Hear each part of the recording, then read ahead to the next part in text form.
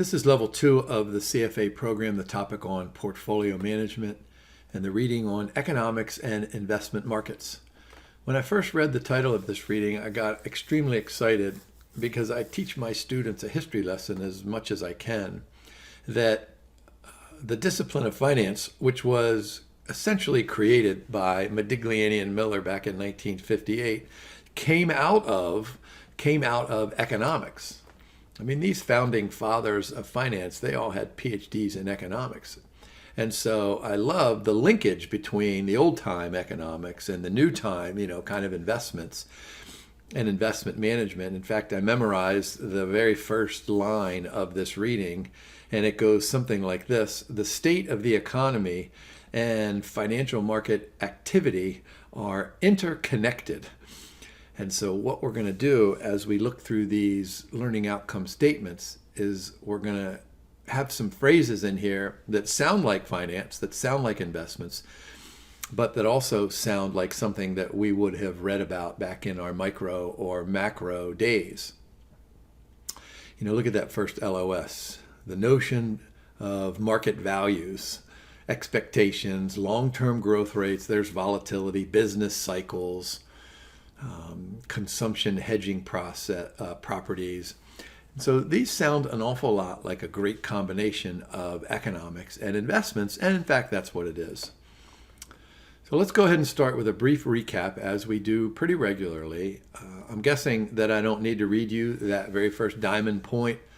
The market value of any security, of course, is the present value of the promises made by the issuers of that financial security. Of course, the simplest example is a bond issue. And so what does the issuer do? Promise to pay us interest and promise to return principal at maturity. So the reading emphasizes the fact that it is the sum of the present value of all of the cash flows that are expected to be generated by the asset. And of course, these things are functions of the discount rate, which we'll talk about in a little bit, the timing, right? Bonds typically pay interest twice a year. Shares of stock typically, but they don't have to, pay interest quarterly. And then, of course, the magnitude of these future cash flows. I always tell my students that, at some point in their life, maybe when they get to be 50 or 80, that they're going to look for bonds that have high coupon rates because they're going to enjoy receiving those high coupon payments. And then, of course, over on the far right, there's an orange block. We've got to throw some element of risk into it. And so right there in the middle is a fairly obvious notion of an equation for market value. It is the sum of the present value of those cash flows from time period T all the way until the maturity date N. And of course, for a bond, this probably has an N of 20 years or 30 years. But remember, I've told you this before, that there are a handful of companies that have issued 50-year bonds and even 100-year bonds. Now, the N switches over to the infinite sign if we're dealing with shares of common stock, because, of course, corporations must make decisions as if they're operating as going concerns. All right, let's get into the meat of this first LOS about the discount rate.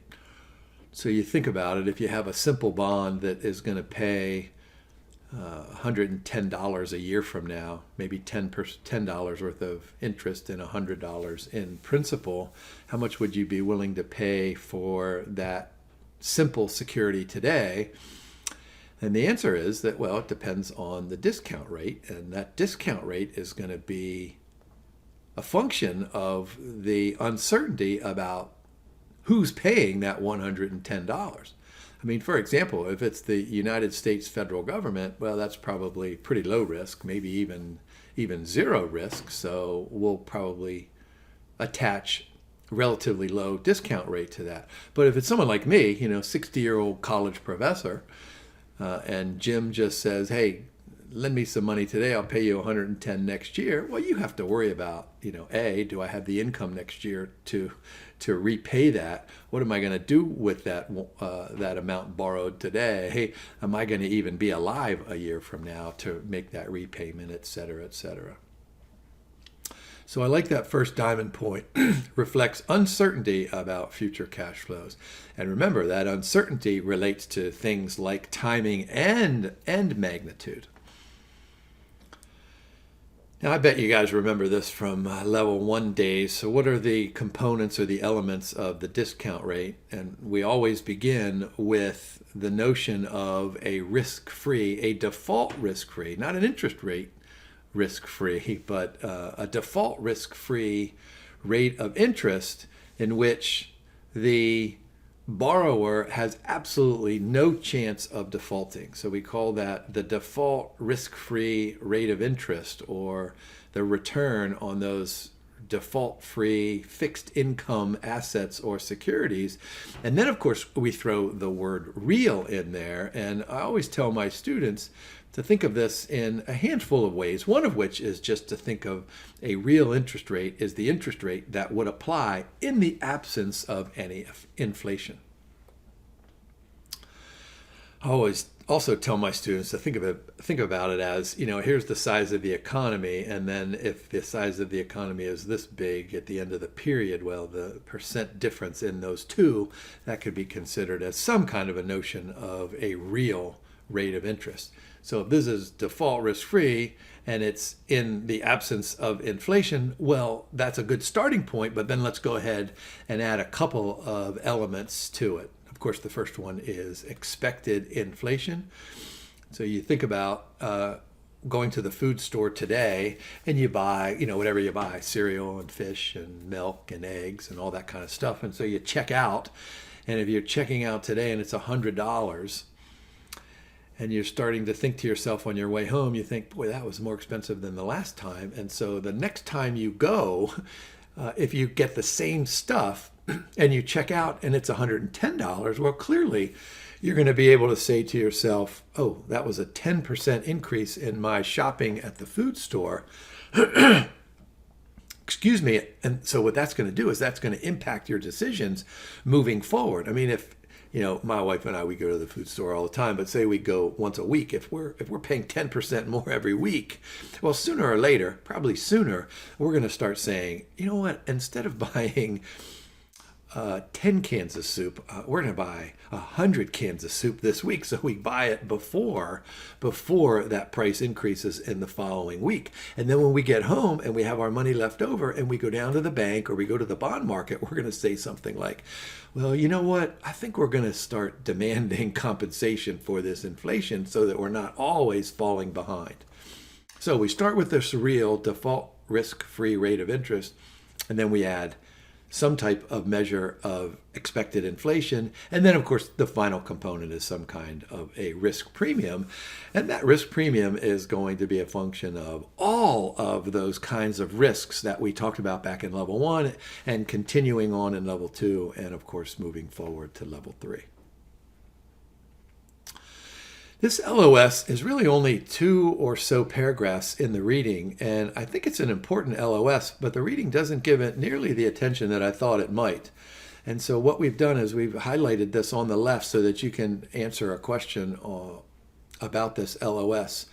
It really just says something like today's value, the market value of an asset, is influenced by not only the expectation of those future cash flows. So think about the bond, whatever those semi-annual 6-month payments are, plus the maturity value on the maturity date of the bond. So the expectation of those.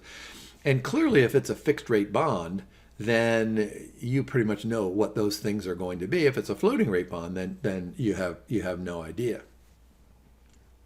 But then here's the second layer of this. Clearly, that first one is an obvious notion, but the second layer is where it gets, I think, a little bit more interesting, is that those cash flow expectations are conditional on current information. Let's go back to my example. Suppose you have one bond issued by the U.S. federal government and you have another bond issued by Jim. And so maybe we both promise a 10% coupon rate over 10 years.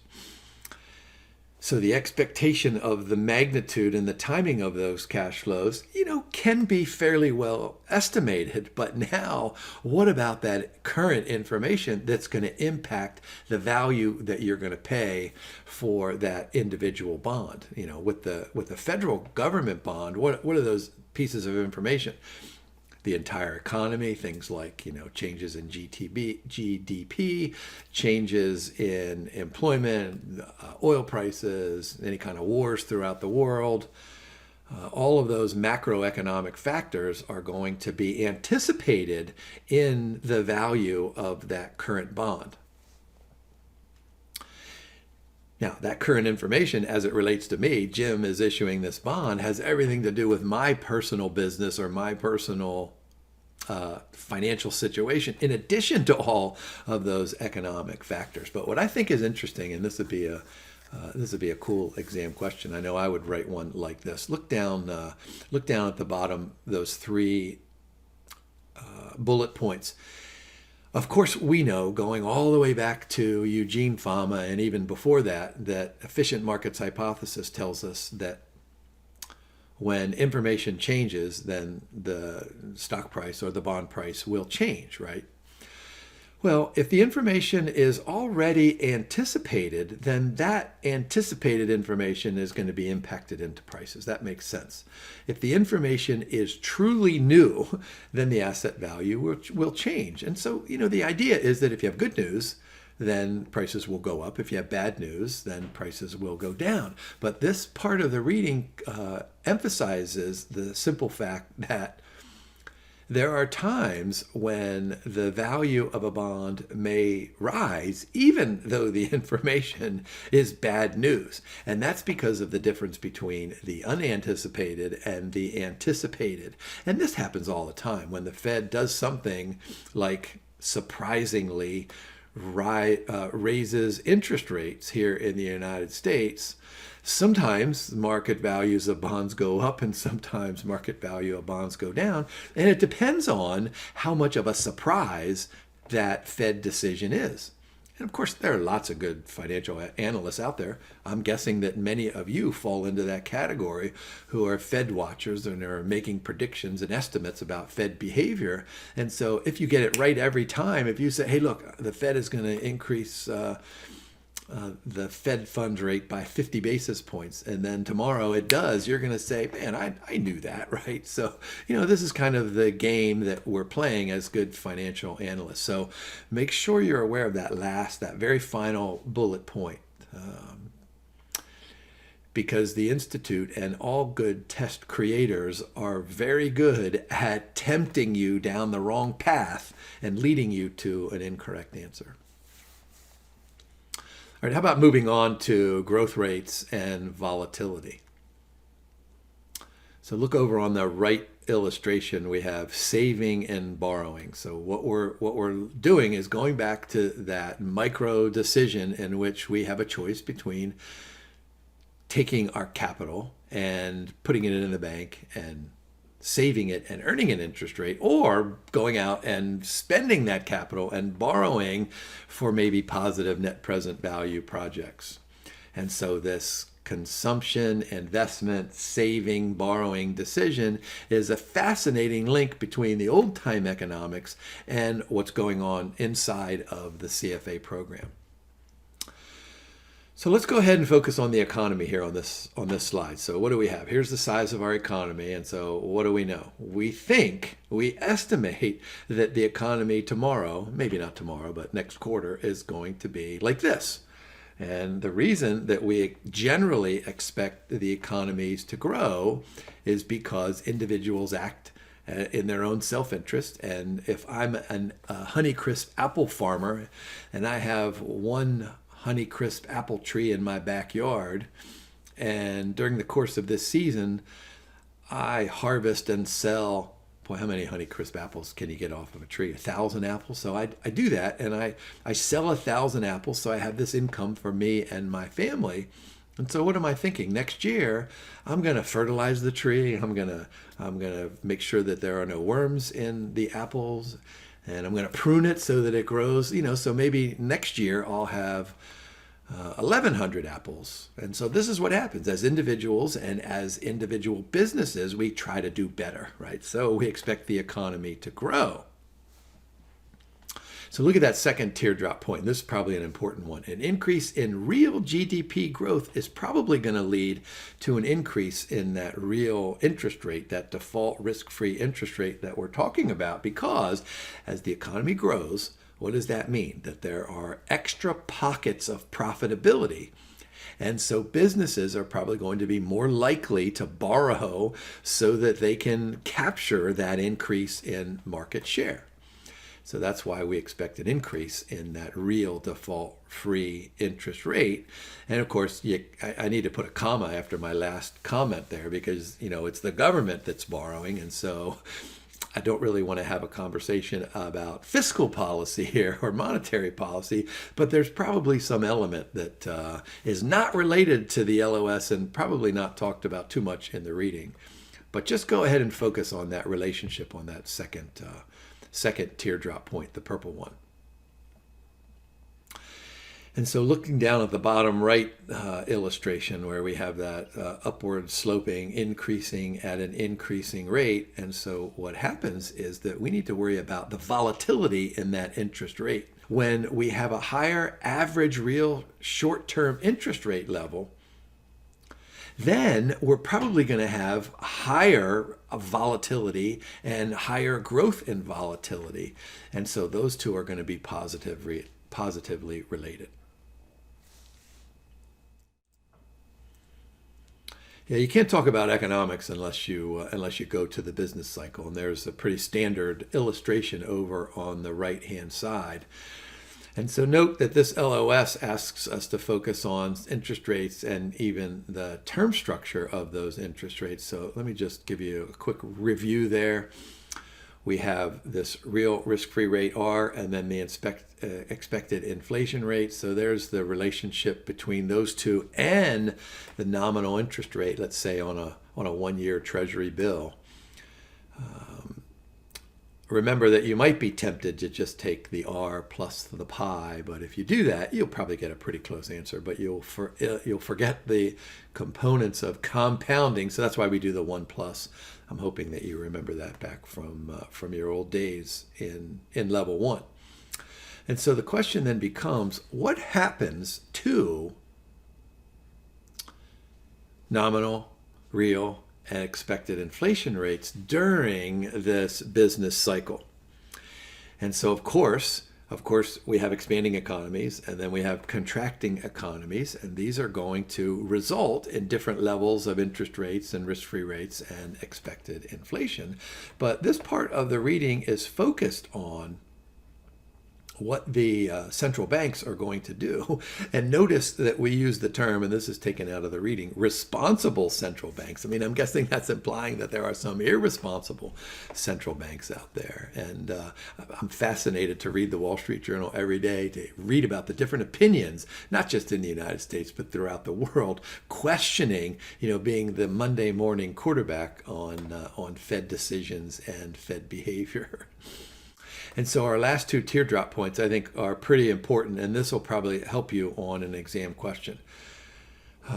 Nominal interest rates are too high, then the central bank will probably cut its policy rate, and just the opposite. And so the question then becomes, when are nominal interest rates too high? Well, they're probably too high somewhere in that expansion, maybe not quite at the peak. And so that's probably during periods of rising interest rates when you have central bank increasing their activity in the marketplace and probably looking to say something like, let's go ahead and change the rate just to reflect what's going on in the market. And so I think those are important as you expand and then as you recess. Notice below the red line, we do have the word depression in there. And boy, I sure hope we don't have to live through a depression, at least during the rest of my life and, of course, during your lives. I mean, we have to go back. It's nearly 100 years since the Great Depression, but maybe we'll have some mild depressions or major recessions. They'll come up with a name for it when it happens. But just be sensitive to expansions and recessions, peaks and troughs, and its relationship to nominal rates and real rates and inflation rates and risk premiums. And so here's a slide for long-term rates. So I'm just repeating this here: real risk-free rate, expected inflation, and risk premium. So there was a dude named John Taylor who came up with this model to help central banks determine whether or not their rate, like in the United States, the federal fund rate or maybe even the discount rate, are at an appropriate level. And so there's an interesting equation where we're going to determine whether or not this rate is appropriate, as it is a function of things like the pi there and the y. And of course, pi is some difference between target and the actual rate of inflation, and y is some level of the difference between the actual economic growth and the potential economic growth. And of course, we take the log, and I'll allow you to remind yourself about why we do natural logarithms. Did we do that back in level 1, I think? All right, here's the important thing here. Look at this, what the reading and a lot of economists call the output gap.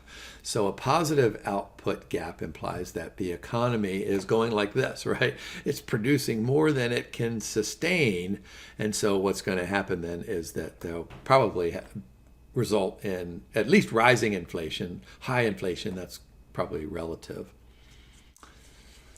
A negative output gap implies that we're going to have some issues with employment. And so what the Fed here in the United States, or central banks, have to do is they need to, kind of approach this as making sure that the positive output gap never gets too positive and the negative output gap never gets too negative. And of course, notice down on the very bottom circle point, we have highlighted the term moderating. Plays a vital role in moderating the business cycle. And I'm just going to go back here to our illustration. Those look, in this illustration, they look pretty steep going up and steep going down. And so the idea that the central bank can take this, can you watch this, go steep, is that steep? And do something like this, something like this. I'm not sure that's a realistic policy goal, because, we want tons and tons of economic growth. All right, notice that part of this LOS asks us to look at the yield curve, and so there are two common examples. Of course, that top right, yield curves are almost always upward sloping because we expect the economy to expand, which means we expect businesses to ramp up their borrowing at some time in the future to take advantage of that economic expansion by capturing those positive net present value projects. And so the reading tells us that a steeply sloping yield curve implies expectation of sharp increase in interest rates. And this is probably due to expected inflation rates. And then, of course, just the opposite. If we have a steeply inverted curve, we're probably going to start managing inflation. And of course, the last time we had a super steeply inverted yield curve was sometime back in 1981 or 1982, during the early Ronald Reagan years, when we had massive rates of inflation during the late Carter years here in the United States. And Paul Volcker, the Fed chairman, came aboard and said something like, "I'm tired of going to the food store and spending $100 and then the following week spending $120. And I bet you guys are tired of it. So what we're going to do is we're going to squeeze the economy so that we can lower interest rates." So think about that: steeply inverted curves. Now, one of the things that I teach my students, especially in the upper level classes, is that we almost never have a perfectly flat yield curve, except when we're going from upward sloping to a downward sloping curve. And that's pretty much when that happens. Although lots of professionals, lots of academics, and of course you see this in the CFA program, is that we just make some simplifying assumption that the yield curve is flat. And we do that so that the technical mathematical approach is much more simple, so that we can kind of get our work done, like, pricing some type of a bond.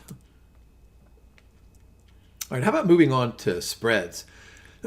We've talked about the Z spread and the OAS spread and a nominal spread. And so in previous readings, we got very technical about spreads. This one here is not too technical at all. Look at that very top equation. That's just a repeat of what we've done before, present value of cash flows. But then we break that present value of those cash flows into what we've talked about before, things like just, regular old short-term interest rate and inflation and some kind of a risk premium. But what we need to do here in this section is take a look at what the reading calls a break-even inflation rate. And so this is the difference between the yields, two different yields of non-inflation adjusted and inflation adjusted or inflation index bonds. So think about that as a spread. And so that spread is going to be determined by, look down at the bottom, diamond points, inflation expectations, and then a risk premium. So I think if you just kind of take a mental picture of that break-even inflation rate as a function of theta, which is inflation expectations, and then a risk premium. And this is a risk premium for compensation of the uncertainty about future inflation. So that risk premium, that pie there, is a little bit different than what it has been in the past, especially in this kind of a reading. The uncertainty about future inflation, and that's the risk premium there. And so think about my example with me going food shopping and Paul Volcker going food shopping. So let's suppose that we check out today and it costs $100. In a week from now, we have no idea what that amount to check out is going to be. Maybe it's $110, maybe it's $130, maybe it's $170. So imagine that break-even inflation rate, that difference in yield, if it's 110, 10%, or what did I say, 170, 70%. I mean, those are extreme examples. But imagine how you're feeling as you're pushing your shopping cart around the food store, wondering if you're even going to be able to check out before, the price says, $1 here, but by the time you check out, it's $1.10. You think about how that impacts your consumption decision, and then how it impacts your investment decision, which is pretty much what the focus of this LOS is. And that's why the authors take you through this break-even inflation. All right, look in the middle here, components for a risky credit bond. So we've done the risk-free rate, we've done expected inflation, and we've done the risk premium. So now we're adding this credit spread to it. So don't even think about, the option adjusted spread here in this case.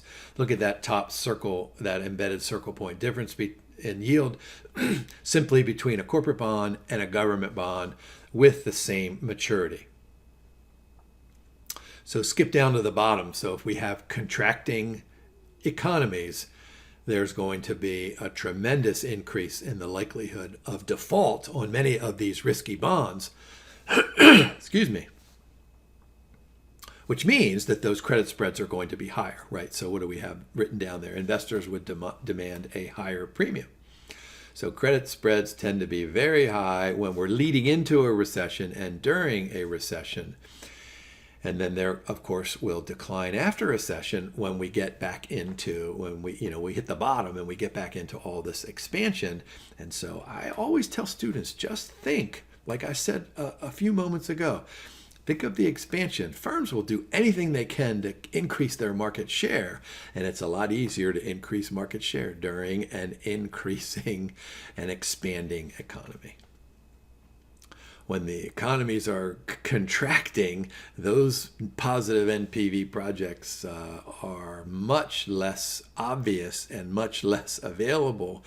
And so boards of directors and the executive leadership team, boy, they are really scrambling their brains to figure out where is the profitability out there. And not just short-term profitability, I mean long-term profitability.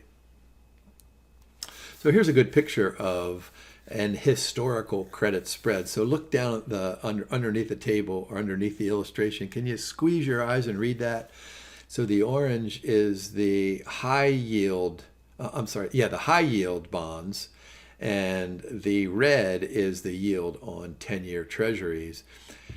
And so if you look back, what is this? Can I do this? If it were just like this, if those credit spreads were constant over that, 25-year period or so, then we could say something like, oh, those credit spreads are not really sensitive to changes in the economy. But look, the obvious one is the spike during the financial crisis back in 2008 or so. So look at that huge difference in that spike.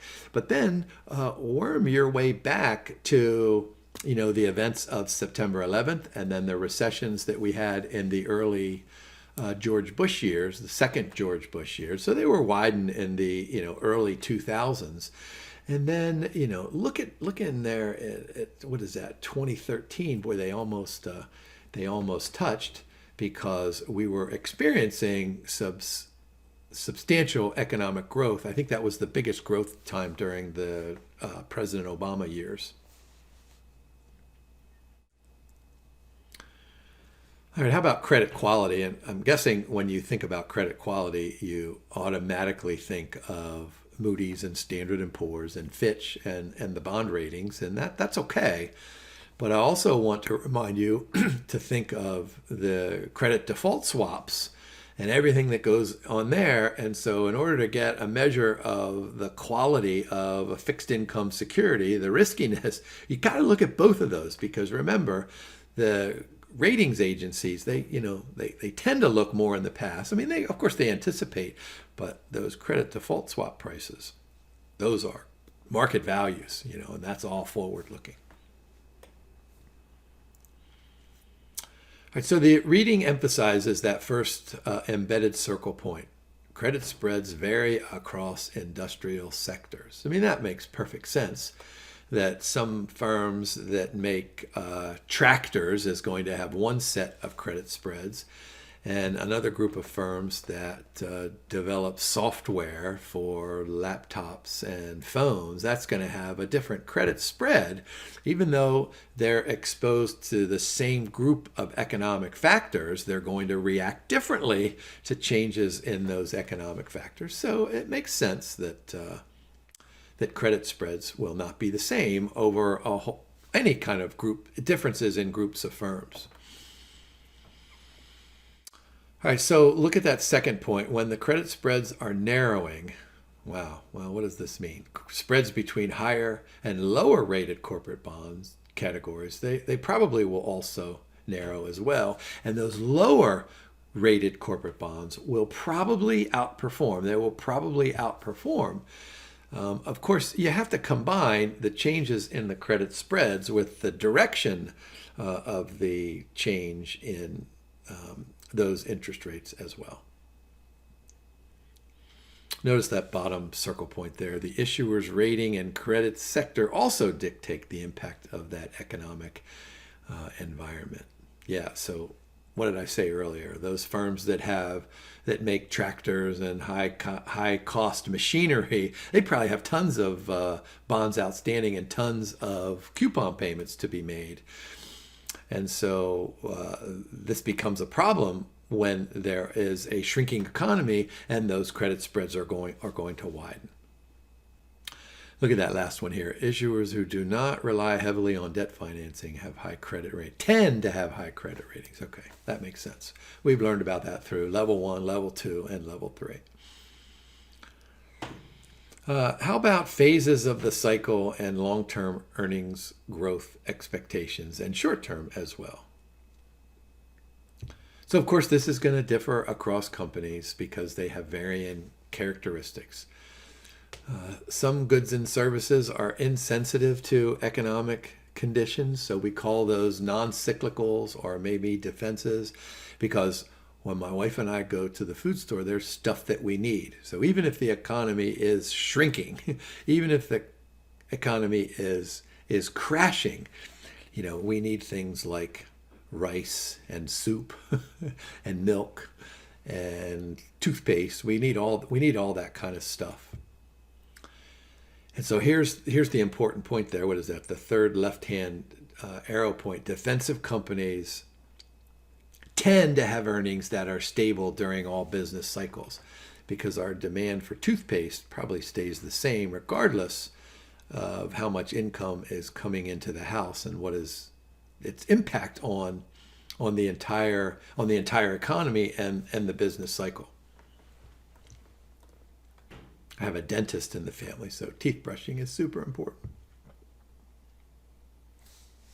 Now look at the bottom arrow point, cyclical companies. So think about, I'm not going all the way back to that previous slide. So think about, we got this expansion and then the contraction and then the expansion and the contraction. So companies whose profitability is tied to expansion, so these companies have an easy time of finding those positive net present value projects during expanding economies, but then a much more difficult time finding similarly profitable projects during contracting economies. So cyclical companies, more sensitive. I'm guessing you know that stuff. So here we go. Defensive sectors on the left, cyclical sectors on the right. And so there are some examples, and I'm guessing that you know those as well as I do. But look at that orange arrow point up there. This is determined by, of course, the experience of management. That's why the composition of the board of directors is so extremely important, that it includes a majority of independent members, and every one of these board members has a unique area of expertise, so that you bring these board members together and then they can hire and fire the executive leadership team that is going to be able to manage, are you ready for this? Manage that second blue arrow point, the financial structure of the firm, which is different for defensive firms than it is for cyclical firms.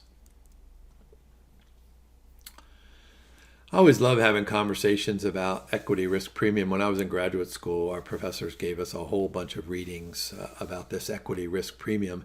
And there was one article that we read that was called The Equity Risk Premium Puzzle. And I was always fascinated by reading articles like that, because when you read Modigliani and Miller, or you read William Sharp, or you read Stephen Ross, I mean, these articles say, okay, this is the way it is. Here we go. This is the way it is. So you try to process all of that. But you get to this equity risk premium puzzle, and you have people scratching your head. And I thought, okay, that's great. I fit in because I'm scratching my head all the time trying to figure out what's going on. All right, so let's go ahead and dive into this here. Consumption-hedging property. Wow. Payoffs of securities during bad economic times are what matters most, rather than its return. And I think I've shared the story in previous recordings about my grandfather, my mother's father. When he was alive, he was very much a consumption hedger during his lifetime. And so he had a portfolio of bonds that had high coupon payments. And so he was very proud of these. And he would say, oh, look, the economy is contracting. However, I still have this, $100 coupon payment coming in every 6 months. So clearly I witnessed this in my life, and I bet you guys have done the same thing. So look at the blue bold, what we have. Higher assets that provide a higher payoff during economic downturns are highly valued. Okay, so they're going to have lower risk premiums, which means that equity in general is a poor hedge against bad consumption outcomes. I mean, what do we know? Just go back to 2008. We had a recession. It wasn't like people on the floor of the New York Stock Exchange were high-fiving each other, right? I mean, the economy shrunk. Prices on the floor of the New York Stock Exchange fell as well. That's why we have this thing called a flight to quality. where we sell the equities because they are not a good hedge in this consumption game that we're playing, you and I and Paul Volcker, as we're shopping at our food store. But of course, government bonds offer a tremendous hedge. Now, we've spent a lot of time on multiples, and this reading writes mostly about price to earnings ratio and price to book ratio.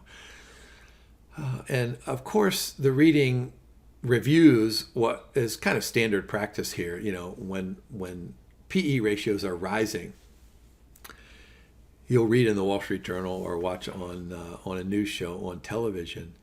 You have people worried about. You have these financial analysts worrying, oh my gosh, is the PE ratio getting too high? Have we tipped out over our skis as we're flying off the mountain here? But when PE ratios are rising, that tends to mean that we expect high growth in a company's earnings. And then, of course, the marginal cost, marginal benefit analysis of all this is, when do those PE ratios get too high? And that's really the concern. So look at the bolded red there. Market, economic backdrop, sector, or the specific company influence the PE ratio. That makes perfect sense.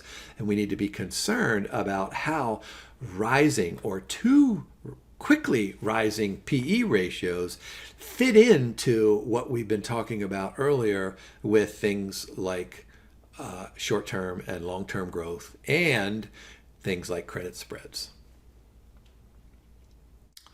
Now, the price to book ratio, this is more of a balance sheet kind of an item rather than the earnings. That's just a net income kind of a deal, right? So what we're concerned about here is that when we have high price to book ratios, we might have this high expectation for growth, but there's a much less of a buffer zone in there if things turn out to be weaker than expected.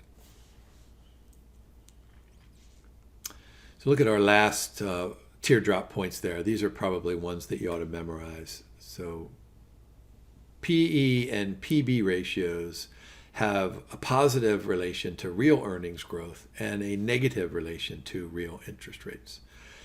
During periods of economic growth, both of these are going to rise, while that equity risk premium, even though we might be puzzled by it, it's probably going to fall. And then, of course, these are influenced by the business cycle.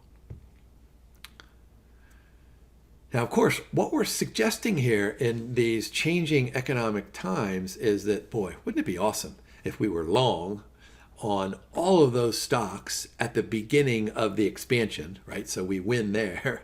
And then can we tilt our strategy once we hit the peak and we go short on all of those stocks that are going to fall during economic contraction? And so, boy, talk about puzzling. You know, this is all about market timing and being good macroeconomic analysts. So we need to be able to try to figure out when that peak is and when that trough is. And as we know, that economists have a super difficult time to do this, but that's really what we're trying to do. So notice that these cyclical equities, they're going to be volatile, and they're going to be probably extremely volatile during some times of those periods.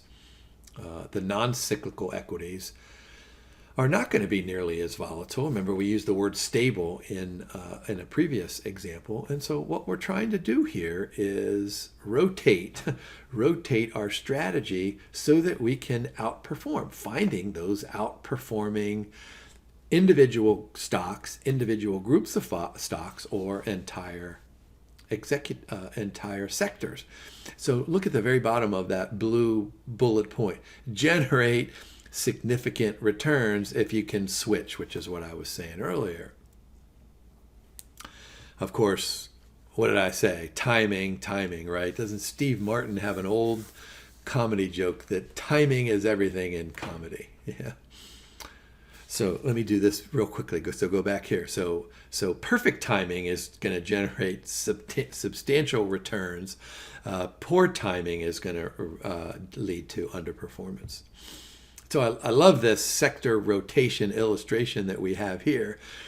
Notice that The red represents the floor of the New York Stock Exchange. The blue represents the economy. And so notice the red always occurs before the blue because, people on the floor of the New York Stock Exchange, their job is to anticipate the future.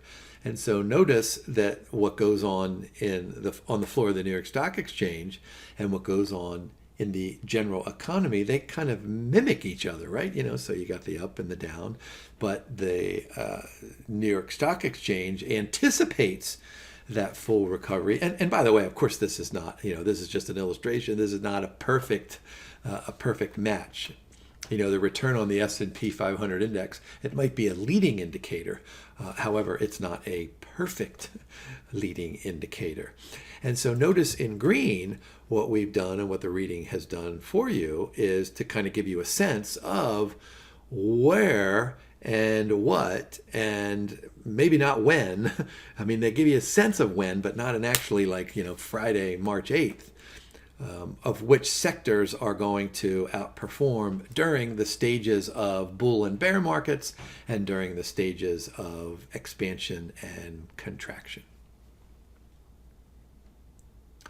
Now, of course, it's hard to talk about inflation and not mention an alternative investment of real estate, in particular commercial real estate, in that, of course, lots of our clients are going to own buildings or they're going to own portfolios of buildings. So they're going to be getting cash flows. And so if we have inflation, well, then you would think rental income would probably follow. And let's go ahead and scratch our heads again and say something like, okay, what happened during COVID? We had this shutdown. And so individuals and commercial real estate, that rental income didn't reflect anything other than the entire economy. Now, of course, there's an equity component to this rental income. There's liquidity and there's cyclicality as well. So those should be kind of obvious notions as we go back into our review of these LOSs. And so I think that if you approach this reading, and by the way, this is a super long reading, and I think we've done a pretty good job of compressing it into its most important components. But I think if you focus on the link between what I call old-time economics and I don't really want to call it new-time investments because it's been around for a while, but if you think about the link between, and I'm going to go ahead and go back here with this illustration, the link between what goes on the floor of the New York Stock Exchange and then what we learned back in our micro and macro readings, that link is fairly obvious. I think you should be able to answer those questions on the exam.